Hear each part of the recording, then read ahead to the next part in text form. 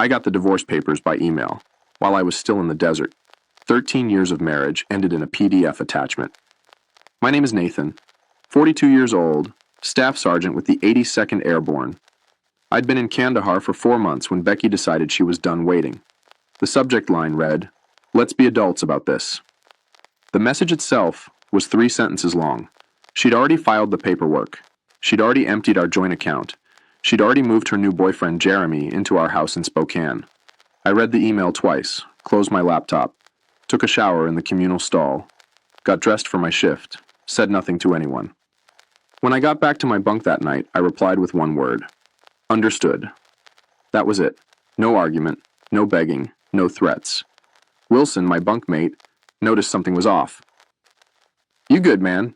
he asked, not looking up from his book. "Yeah," I said. "Just some stuff back home." He nodded, and that was the end of it.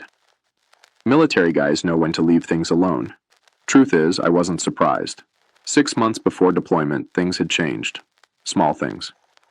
Becky stopped asking about my day, started working late at the dental office where she answered phones, started going to the gym 3 times a week, but never seemed to break a sweat. New clothes, new friends I never met, new passwords on her phone. I didn't confront her, didn't start checking her messages or following her around. That's not who I am. But I wasn't blind either, so I made some quiet moves of my own. Nothing dramatic, just precautions.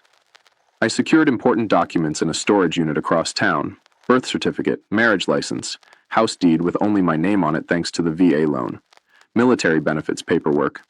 I moved my grandfather's watch and my mom's old silver to the same unit, things that mattered. I also opened a separate account at a different bank and started diverting part of my pay there. Not enough that she'd notice, but enough that I wouldn't be starting from zero if things went south. The night before I deployed, she hugged me at the airport and said, "Stay safe, okay?" Her eyes were dry, like she was saying goodbye to a coworker, not a husband heading to war. I should have known then, but part of me still hoped I was wrong. I wasn't. What she didn't know was that I'd prepared for this moment, and what she didn't understand was that I never start fights. But I do finish them. I met Becky at a friend's barbecue in 2010. I was home between tours, staying with my buddy Jason in Spokane. She was finishing nursing school but ended up working admin at a dental practice instead. "Less stress," she said. We were married 8 months later. Becky used to say she was proud of my service, though she never quite understood it. Her dad was a bank manager, her brother a pharmacist. No military in her family. She'd ask when I was going to get a real job, not realizing that after 15 years, the Army was my career, not just a job I was killing time at. We bought our house in 2014. Nothing fancy, but it was ours. 3 bedrooms, small yard, quiet neighborhood. My name was the only one on the mortgage since the VA loan was in my name, but I added her to the deed because that's what married people do, share things. My dad died a year after we got married, heart attack while shoveling snow. My mom passed 3 years later, lung cancer, though she never smoked a day in her life. They left me some money, not a fortune, but enough that Becky and I could pay off her student loans and still have a cushion. I deployed 4 times during our marriage, Iraq twice, Afghanistan twice. Each time I came home, Becky seemed a little more distant, a little more restless, like she was playing a role she'd outgrown. "I didn't sign up to be a military wife," she told me once after I mentioned possibly re-upping for another 4 years. "I'm tired of being alone all the time." I understood that. I did. But the Army was the only place I ever felt like I truly belonged. I was good at my job. People depended on me. In 2019, things started changing. Small stuff at first. Becky got irritated when I called during her girls' nights. Started talking about how her friend Melissa had divorced her husband and was living her best life now. Started making comments about how we didn't really have anything in common anymore. I suggested counseling. She said we were fine, just going through a phase. Then came the late nights at work, the weekends away with friends I'd never met, the new clothes, the gym membership she rarely used. I should have confronted her. But that's not how I handle things. Never have. My dad taught me to think before I speak, to be sure before I act. So I watched, and I prepared. quietly, because my gut was telling me something was coming. And in this life, you learn to trust your gut. 2 weeks after getting the divorce email, I was sitting in the mess hall when my phone buzzed. A notification from our bank app. Another withdrawal, $8,500, almost everything that was left. I set my fork down and opened the app. The joint account balance was down to $212.37. Our savings, $47,000 we'd built up over years, was gone completely. Transferred to an account I didn't recognize. Murphy, one of the guys from my unit, glanced over. Bad news? I locked my phone. Nah, just some account stuff. That night, I called our bank from the base phone center. Turned out Becky had been moving money for weeks, small amounts at first, then larger ones. The big transfers started the day after I deployed. I hung up and stood in the hallway for a long time, watching guys laughing, calling their kids, their wives, their parents. Normal life happening all around me while mine was burning down. That's when Wilson found me. Heard from Alvarez that you looked like you'd seen a ghost at dinner, he said. What's up? I don't usually share personal stuff, but Wilson had pulled me out of a bad situation in Kandahar once. I trusted him. My wife emptied our accounts and moved her boyfriend into our house, I said. Sent divorce papers while I was on patrol last week. Wilson didn't give me the usual bullshit. No, I'm sorry, or that's rough, or you'll find someone better. He just asked, what's your plan? Not sure yet, I said. He nodded. Let me know if you need anything. That night, I couldn't sleep. I pulled out my laptop and logged into our home security system, something Becky probably forgot I could access remotely. The cameras showed a strange truck in our driveway. A man I'd never seen before walking our dog, using my coffee mug, wearing my Seahawks sweatshirt. And there was Becky, laughing in the kitchen I'd renovated myself during my last leave. Something shifted inside me. Not anger exactly, something colder, clearer. I closed the laptop and pulled out my phone, made a list. Call James, Army buddy who became a lawyer. Check the VA loan terms. Contact Master Sergeant about emergency leave. Review home refinance documents, something Becky mentioned casually last year. Check the security on my military pension accounts. I didn't feel sad anymore. I didn't even feel angry. I felt focused, like I was planning a mission. This wasn't about emotion now. This was about strategy. At 0500, before my shift started, I sent an email to James with the subject line, "Need legal help, discreet and urgent." His reply came an hour later. Call me. Secure line only. When I hung up from that call, I knew exactly what I needed to do. I didn't need to yell. I didn't need to threaten. I didn't even need to confront her. I just needed to wait and watch and let her own actions become the trap. 2 months later, I was back on American soil. I didn't tell Becky I was coming home, didn't call, didn't text, just checked into a motel in downtown Spokane under a different name and contacted James. We met at a diner 10 miles outside of town. You look like hell, he said, sliding into the booth. Feel like it too, I replied. James handed me a folder. Got everything we discussed. The house deed, loan documents, bank statements, and this. He pulled out a separate paper. Found something interesting when I was digging into your finances. It was a refinance application with my signature on it, except it wasn't my signature, not quite. Someone had tried to copy it, but missed details. The middle initial was wrong, and the stroke pattern wasn't mine. Becky did this? I asked, though I already knew the answer. James nodded. 3 months ago.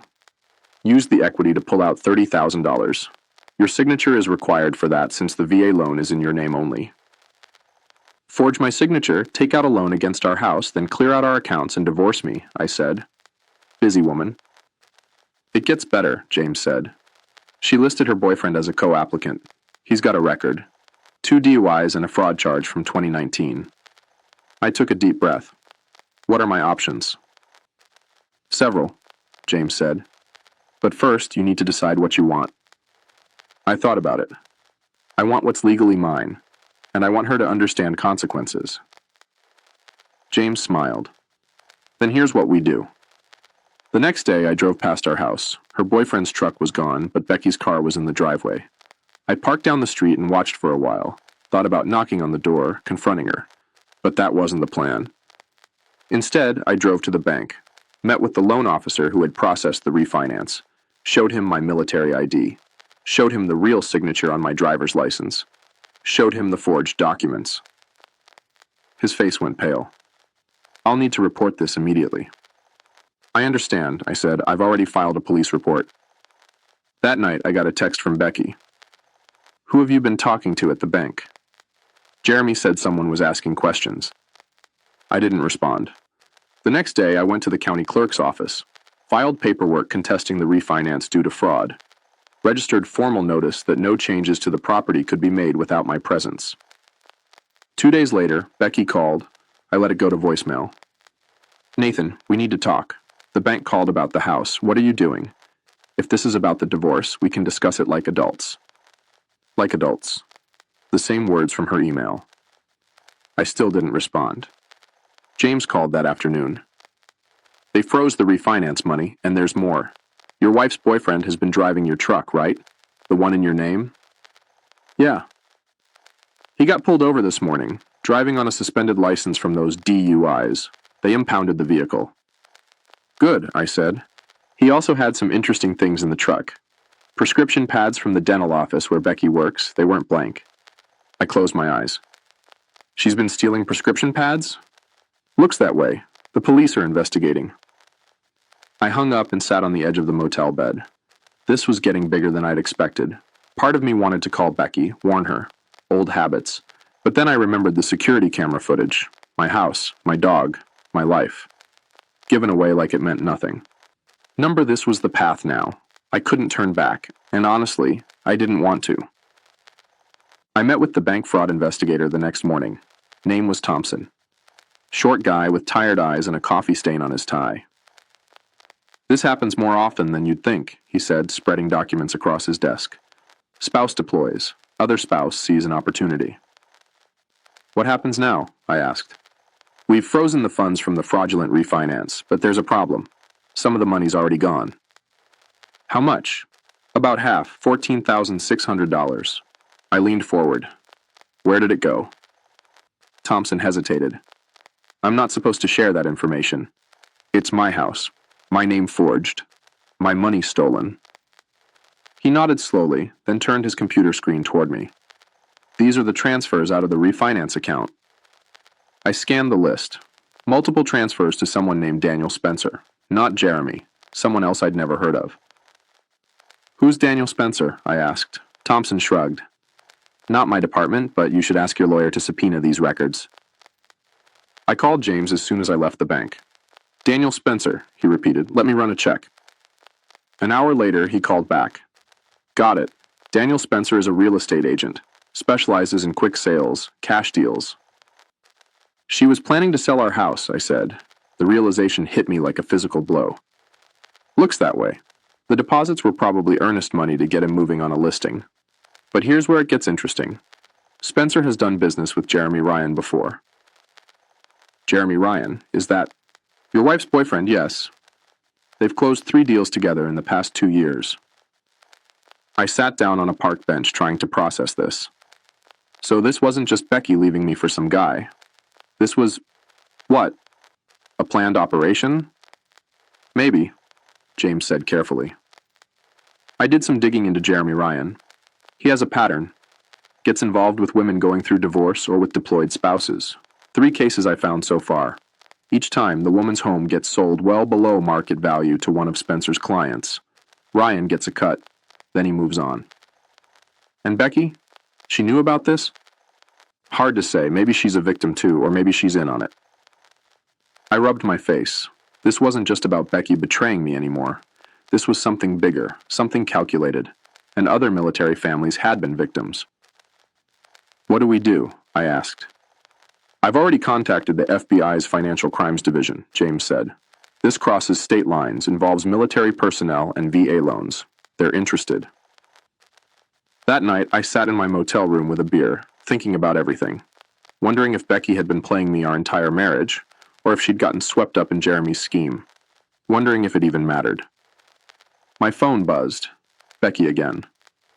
"Nathan, please call me. The bank is saying something about fraud, and Jeremy got arrested for driving your truck. I don't understand what's happening. I stared at the message for a long time. Then I typed, "Who is Daniel Spencer?" 3 dots appeared as she started typing, then stopped, started again, stopped. Finally, "I don't know what you're talking about." 14,600, I wrote. Multiple transfers. House listing? No response for 10 minutes. Then, "It's not what you think." I turned off my phone and went to bed. The next morning, James called. "FBI wants to meet. They've been investigating Ryan and Spencer for months. You're not the first, but you might be the case that breaks it open." For the first time since getting that divorce email, I felt something close to satisfaction. Not because my marriage was over, but because the truth was finally coming out. I met with the FBI agents at their field office in Spokane, Agent Patel and Agent Donovan. They recorded my statement, took copies of all the documents James and I had gathered. "Your case helps establish a pattern," Agent Patel explained. "Shows intent, organization, makes it a conspiracy rather than isolated incidents." "What about Becky?" I asked. "My wife, ex-wife." The agents exchanged looks. "We're still determining her level of involvement," Donovan said carefully. "Did she ever mention financial difficulties? Pressure to sell the house?" I thought back. "She kept saying we were house poor, that we should downsize. I didn't see the need. Our mortgage payments were manageable on my salary." Patel made a note. "When did that start?" "About 6 months ago, around the time she must have met Jeremy." "And the refinance?" Donovan asked. "Never discussed it with me. She forged my signature while I was deployed." They asked more questions, took more notes. When we finished, Patel handed me her card. "We'll be in touch. In the meantime, don't confront your wife or Ryan. We need to build this case carefully." I nodded. "Understood." That evening I drove to our neighborhood again, parked down the street from our house. Jeremy's truck was back, must have gotten it out of impound. Becky's car was gone. My phone buzzed. Text from Becky. "We need to talk in person. Meet me at Riverfront Park tomorrow. Kale Pattamani." I showed the text to James over breakfast the next day. "Don't go," he advised. "Nothing good can come from talking to her right now." "I won't," I said, "but I want to know what she's doing today while she thinks I'm meeting her." We drove to our house at 9:30 a.m., parked across the street. At 9:45, Becky came out, got in her car, and drove away, heading toward Riverfront Park. "Now what?" James asked. "Now we wait," I said. 20 minutes later, a car pulled up. Real estate agent's logo on the door, Daniel Spencer. Jeremy came out to greet him. They talked in the driveway, then went inside. "Should we follow them?" James asked. I shook my head. "No need.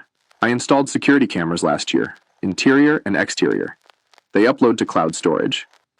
James smiled. "You didn't mention that before." "Never came up," I said, pulling out my phone. I opened the security app and angled the screen so James could see. Spencer and Jeremy were in our living room.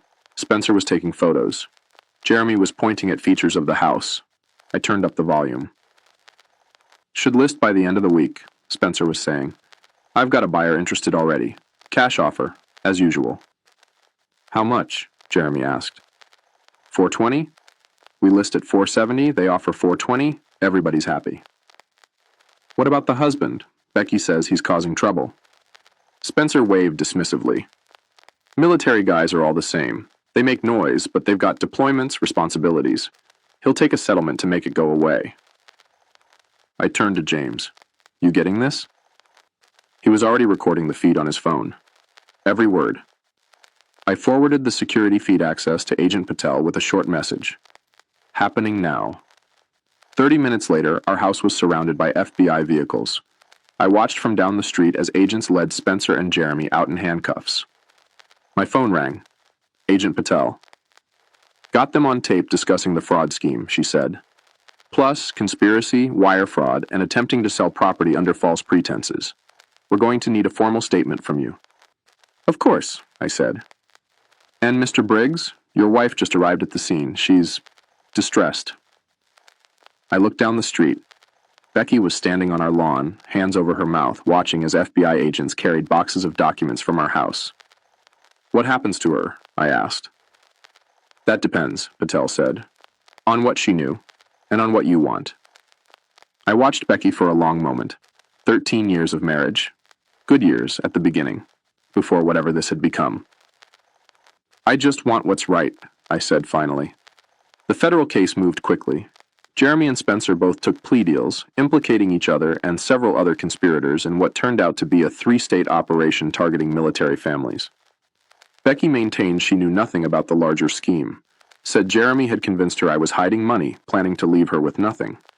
Said the refinance was his idea, she'd just gone along with it. Maybe that was true. Maybe it wasn't. Either way, she agreed to a settlement. Full restitution of the stolen funds, forfeiture of any claim to the house or my military pension, a signed confession about the forgery. In exchange, I didn't press charges. The divorce was finalized 6 months after that email from Kandahar. No fault, clean break, all things considered. On the day the last paperwork was signed, I got a call from Agent Patel. Jeremy Ryan was sentenced today, 8 years for fraud, conspiracy, and identity theft. Spencer got 12. Thought you'd want to know. Thank you, I said. There's something else, she added. We found evidence they've done this to 11 other military families. Your case helped us build the pattern. Those families might get their money back because of you. After we hung up, I sat on the porch of my rental apartment watching the sunset, thinking about those other families. Other men who deployed thinking their homes and marriages were safe, only to come back to emptiness. I hadn't planned on being the one to bring down Jeremy and Spencer's operation. I just wanted what was mine. But sometimes things work out in ways you don't expect. My phone buzzed. Text from Becky. I never meant for things to end this way. I didn't respond. There was nothing left to say. A year later, I sold the house. Couldn't stand to live in it anymore. Too many memories, too much betrayal in those walls. I used the money to buy a small cabin outside of Missoula, Montana. 2 bedrooms, 10 acres of land, a creek running behind it, no neighbors for miles. I took early retirement from the Army. 20 years was enough. I'd given enough. I got a dog, German Shepherd named Scout. Started doing carpentry work for locals. Nothing fancy, but it kept my hands busy and paid the bills. My military pension covered the rest. Sometimes I thought about Becky, wondered where she ended up. James heard she'd moved back to her hometown in Oregon, working at another dental office. Starting over, I guess. I didn't hate her anymore. Didn't much feel anything about her, to be honest. She'd made her choices, and so had I. One evening, I got a letter from a woman in Fort Worth. Her husband was in the Navy, deployed when Jeremy and Spencer tried to run their scheme on her. The FBI had given her my name as part of the case. You don't know me, she wrote, but you saved our home. Thank you for fighting back when it would have been easier to just walk away. I read it twice, then pinned it to my refrigerator. Some days, when the silence got too loud or the memories too sharp, I'd look at that letter and remember that something good had come from all of it. Last I heard, Jeremy was still in prison. Spencer, too. The system worked for once. As for me, I was finding my way forward. One quiet day at a time. Building something new. Something that couldn't be stolen or forged or betrayed. Something that was just mine.